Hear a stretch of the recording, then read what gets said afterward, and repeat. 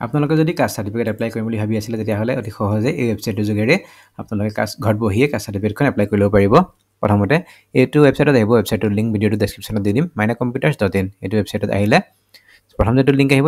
click কৰিব সেই লিংকত ক্লিক কৰিলে এইটো ৱেবছাইট খোল খাব এইটো ৱেবছাইট খোল খালে ইয়াত চাওক ইয়াত সাৰ্টিফিকেট এপ্লাই আসাম বুলি লিখা আছে ইয়াত ক্লিক কৰিব ইয়াত ক্লিক কৰাৰ লগে লগে তললৈ আহিব ইয়াত চাওক কাষ্ট দুটা অপচন পাব এটা প্ৰথমটো হৈছে কাষ্ট সাৰ্টিফিকেট এপ্লাই আৰু দ্বিতীয় হৈছে কাষ্ট সাৰ্টিফিকেট আপডেট আপোনালোকে যদি নতুন কাষ্ট সাৰ্টিফিকেট বনাব তেতিয়াহ'লে প্ৰথমটো ক্লিক কৰিব আৰু আপোনালোকে যদি পুৰণা কাষ্ট সাৰ্টিফিকেটখন নতুনকৈ ডিজিটেল কৰিব বিচাৰে তেতিয়াহ'লে সেকেন্ড অপচনটোত ক্লিক কৰিব মই নতুনকৈ বনাম গতিকে প্ৰথম যেটো লিংক আছে তাত ক্লিক কৰিম ইয়াত ক্লিক কৰাৰ লগে লগে এইটো পেজ খোল খাব ইয়াত চাওক ইয়াত লিখা আছে প্লিজ আপলোড ৰিকোয়াৰ্ড ডকুমেন্ট ইয়াত যি ডকুমেন্টছ দিছে এইকেইটা আপলোড কৰিব লাগিব আধাৰ কাৰ্ড এক কপি পাছপোৰ্ট সাইজৰ ফটো কাৰেণ্ট ইয়াৰৰ খাজানা ৰচিদ কাষ্ট সাৰ্টিফিকেট যদি আছে আৰু দেউতাকৰ কাষ্ট সাৰ্টিফিকেট আৰু লগতে আছে গাঁওবুঢ়া বা ৱাৰ্ড কমিছনাৰ সাৰ্টিফিকেট এইখিনি বস্তু ইয়াত আপুনি আপলোড কৰিব লাগিব ইয়াত চাওক ড্ৰেগ এণ্ড ড্ৰপ ফাইল হিয়াৰ ইয়াত লিখা আছে অথবা ব্ৰাউজ ফাইল লিখা আছে ইয়াত গৈ পেলাই আপোনালোকৰ ফাইলখিনি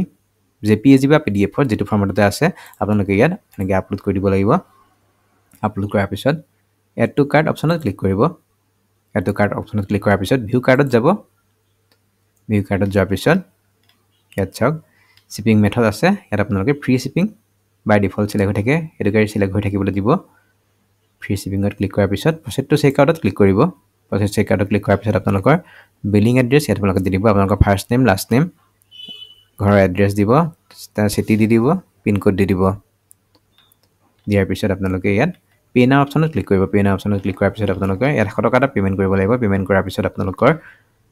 যিখন ফৰ্ম আছে ফৰ্মখন আমাৰ ওচৰত আহি যাব আমি আপোনালোকৰ হৈ পেলাই ফৰ্মখন ফিল আপ কৰি এপ্লাই কৰি দিম আৰু এপ্লাই কৰাৰ প্ৰায় এক মাহৰ ভিতৰত এই কাষ্ট সাৰ্টিফিকেটখন আমাৰ ওচৰলৈ আহি যায় আমাৰ ওচৰলৈ কাষ্ট সাৰ্টিফিকেটখন অহাৰ পিছত আমি আপোনালোকক WhatsApp যোগে বা মেইল কৰি পেলাই আপোনালোকক কাষ্ট সাৰ্টিফিকেটখন দি দিম